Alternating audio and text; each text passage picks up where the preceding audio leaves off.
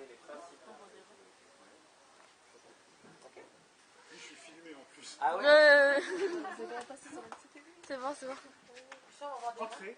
Vous allez voir quoi? Merci. En classique si vous voulez. Vous n'aimez pas les... Vous venez de quelle classe et quel établissement? 3e paille alors. Ça c'est fait. Ça sent le bouffé, le petit spinach. Ça sent le on peut mélanger au produit. Madame, c'est quoi l'odeur? C'est un rat. Non, celui-là il n'est pas méchant. Ah. Petite souris aussi? Et il faut lancer ça au bingo. Non, genre là, Leslie qui arrive.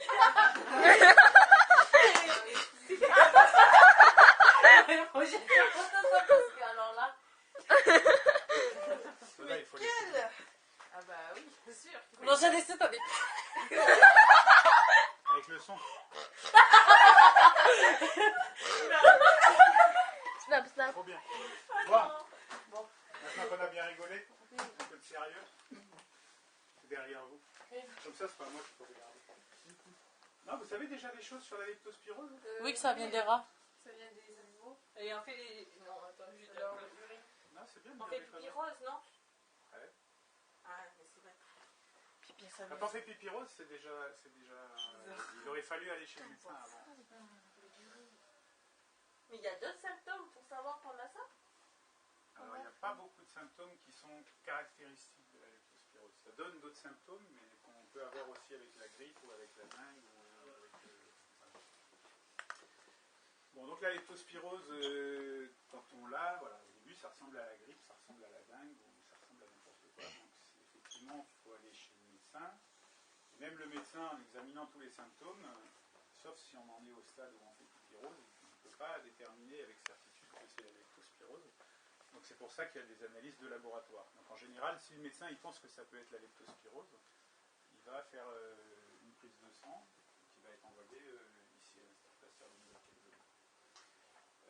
Vous savez comment on l'attrape à part que c'est par les rats? Par les plumes, par des bobos, par des blessures. Voilà. Les blessures qu'on expose comment? À quoi? Coupure. Ouais. Et après? Quand on marche pieds nus, Voilà. Quand on marche pieds nus ou quand on se baigne dans les eaux douces.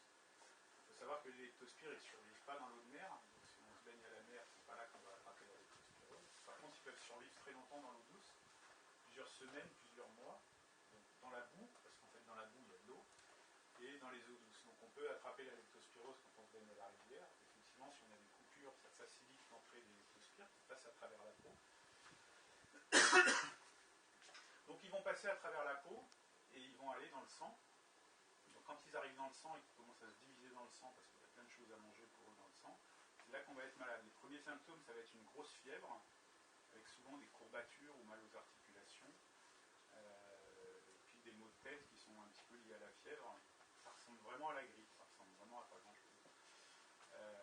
Là, c'est important d'aller chez le médecin à ce moment-là, parce que s'il donne des antibiotiques, les antibiotiques vont pouvoir tuer les leptospires qui sont dans le sang, et on va guérir rapidement.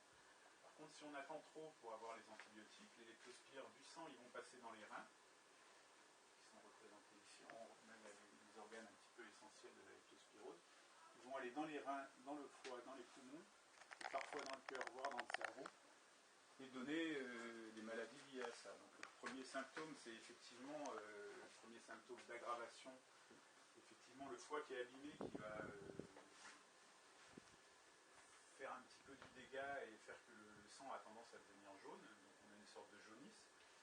L'autre symptôme, c'est qu'il y a une insuffisance rénale, parce que comme les reins ils sont en train de se faire déglinguer par les leptos, ils ne fonctionnent plus assez. Donc c'est là qu'on va faire pipirose. Parce qu'en plus, il y a les globules rouges qui sont détruits par les leptos. Dans certains cas, ils vont aller dans les poumons. Et là, dans les poumons, ils peuvent faire des grosses hémorragies. Et il y a, dans les gens qui meurent de leptospirose, il y en a beaucoup qui meurent à cause des hémorragies pulmonaires. Et c'est relativement atroce, parce que finalement, les gens, dans ces cas-là, ils se noient dans leur sang. Ça ressort.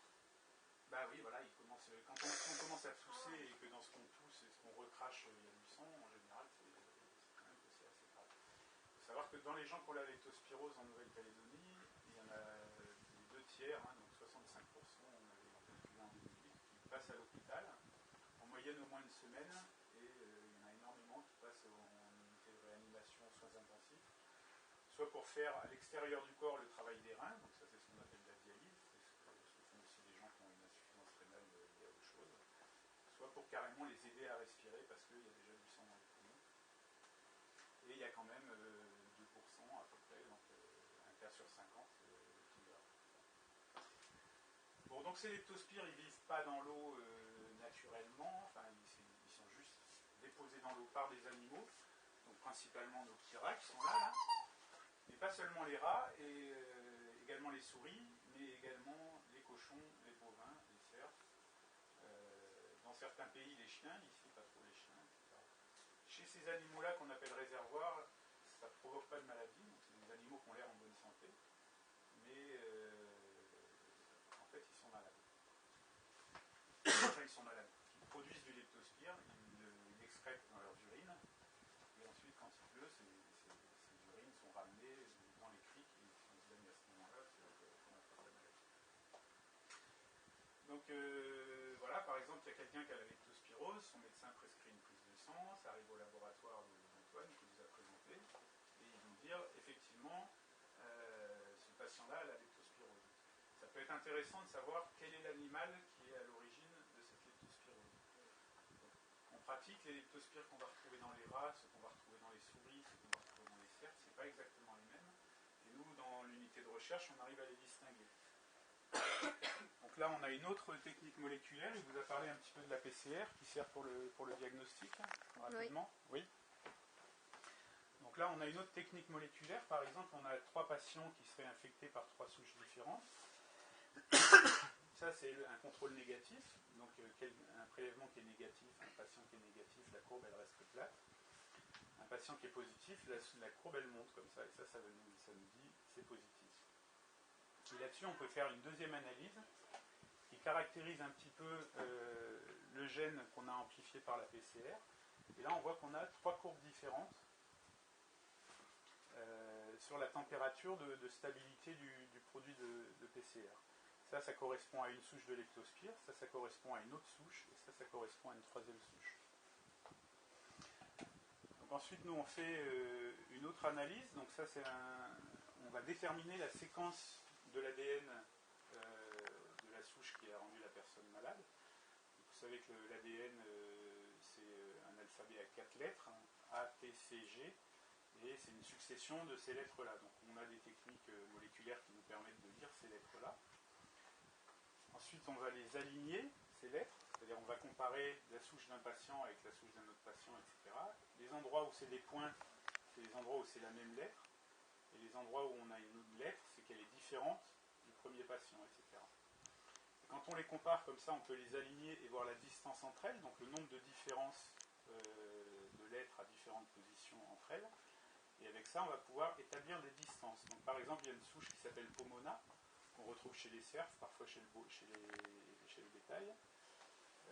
Pyrogénèse, qu'on retrouve chez les cochons sauvages. Australis, qu'on retrouve chez les cochons ou parfois dans le bétail.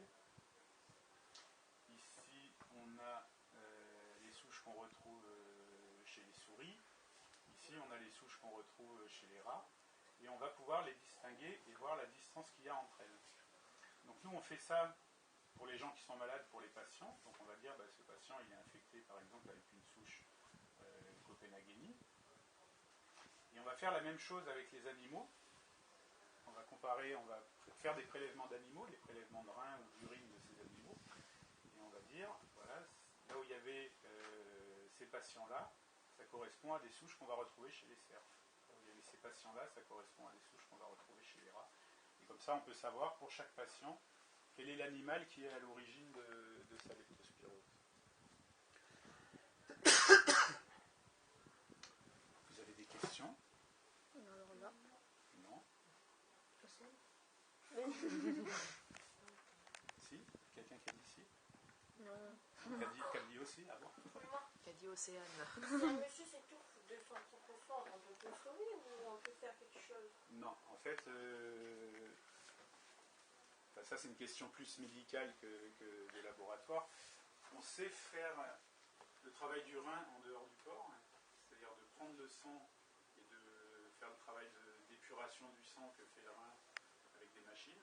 Donc ça c'est ce qui s'appelle la dialyse.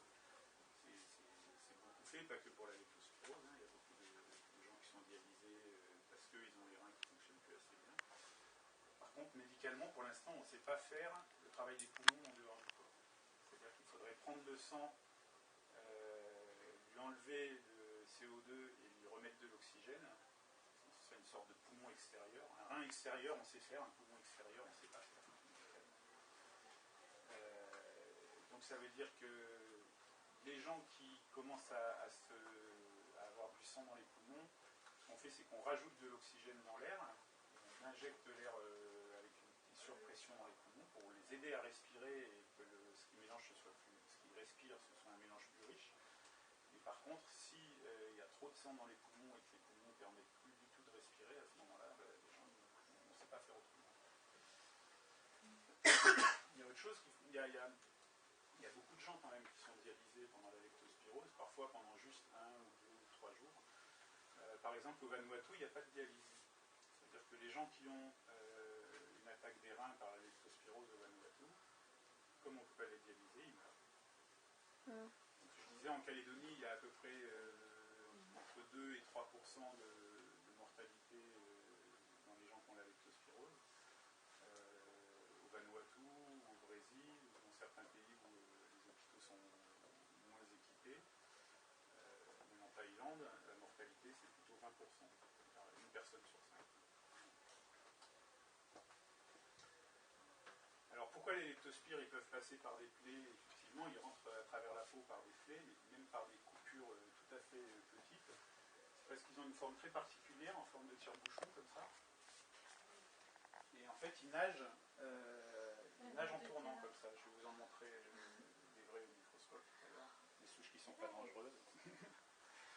Et alors leur longueur, c'est à peu près 10 micromètres, 12 micromètres. Donc les micromètres, c'est des millièmes de millimètres. C'est vraiment à l'œil nu, si on n'a pas de microscope, on ne peut absolument pas les voir.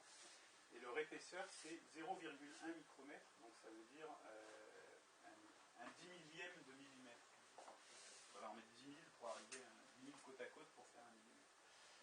Ce qui est amusant, c'est que les filtres qui sont considérés comme antibactériens, la taille des trous, c'est 0,2 micromètres, et nos leptos, ils font 0,1 micromètre, donc ils passent à travers un filtre antibactérien, les leptospires peuvent passer, ça ne retient pas toutes les bactéries.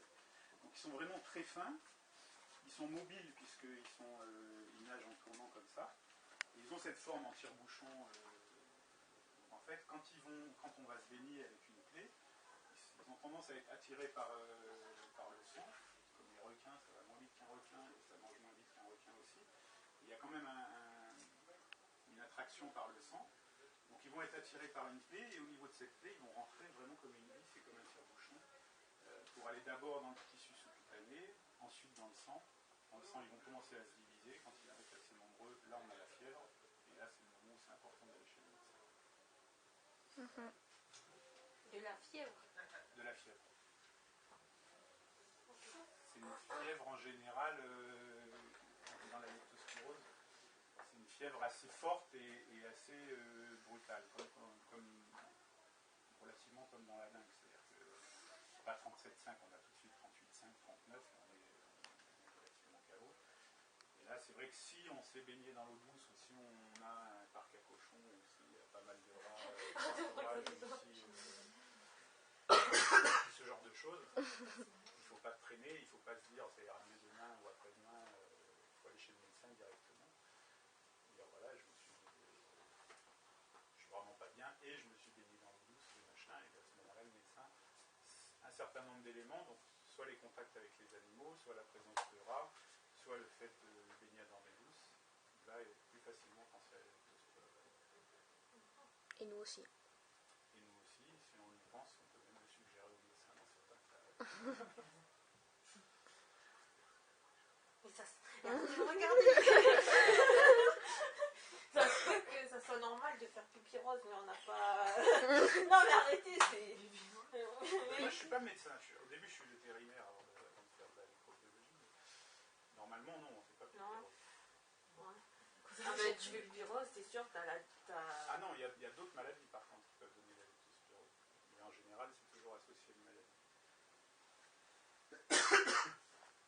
Souvent, ce qui colore en rose les urines, c'est la présence de sang. Ouais. Et normalement, dans les urines, il n'y a pas de sang. Ah. Les reins, ils sont étanches au sang, ils filtrent le sang, mais ce qu'ils retiennent, ce qu'ils font passer, c'est de l'eau avec les déchets qu'ils doivent rejeter.